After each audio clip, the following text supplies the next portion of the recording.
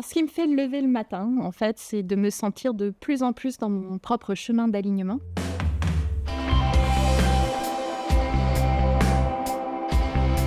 Alors, la question la plus urgente que je pense qu'on devrait se poser quand on démarre une entreprise aujourd'hui ou quand on investit, c'est vraiment de comprendre quels sont les enjeux essentiels auxquels on fait face et donc les gros problèmes qu'on a envie de résoudre.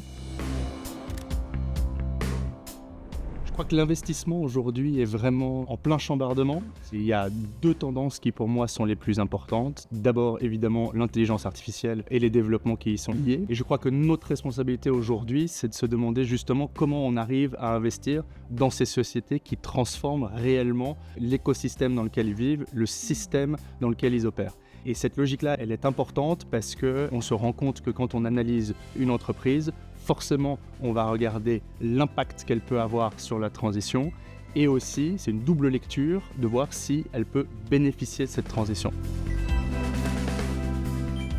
Alors, les entrepreneurs qui sont à la manœuvre dans cette grande transformation, en fait, moi, j'en vois un peu deux types. Je vois à la fois des entrepreneurs qui ont déjà eu des premières expériences à succès et qui, d'un coup, se disent « moi, je veux mettre du sens dans ce que je fais ». On veut pouvoir justement arriver à aligner la performance financière avec la performance environnementale et sociale et donc, ça crée des nouveaux types de bonnes pratiques. Et puis après, il y a d'autres types d'entrepreneurs qui sont plutôt des entrepreneurs qui sont partis du sens, qui sont partis de l'impact et qui, eux, vont avoir besoin qu'on les accompagne plus dans une logique de comment est-ce qu'on peut faire ça à grande échelle. Mais c'est aussi une logique, je crois, de ces entreprises de mettre la transition au cœur de leur modèle d'affaires et de venir, de ce fait, sécuriser leur chaîne de production, se rendant compte d'ailleurs qu'elles peuvent être menacées. Donc c'est très important aussi de pouvoir intégrer ça dans leur revue stratégique.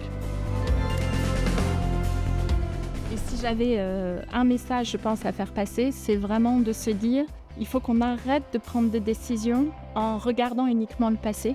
Il faut qu'on arrive à prendre des décisions en regardant ce que l'on veut construire, en fait, et en comprenant aujourd'hui ce qui nous permet de prendre les meilleures décisions possibles pour atteindre cet objectif qu'on s'est posé. Et intéressant parce que ça nous ramène aussi à notre rôle de financier, qui est de flécher des capitaux et dans une logique de recherche de rendement pour venir justement soutenir les entreprises qui auront compris ces enjeux-là et dans une approche du risque qu'il faudra que justement on ait l'appréciation de ces enjeux-là et aussi les entreprises qui ne les auront pas compris pour le coup. Exactement.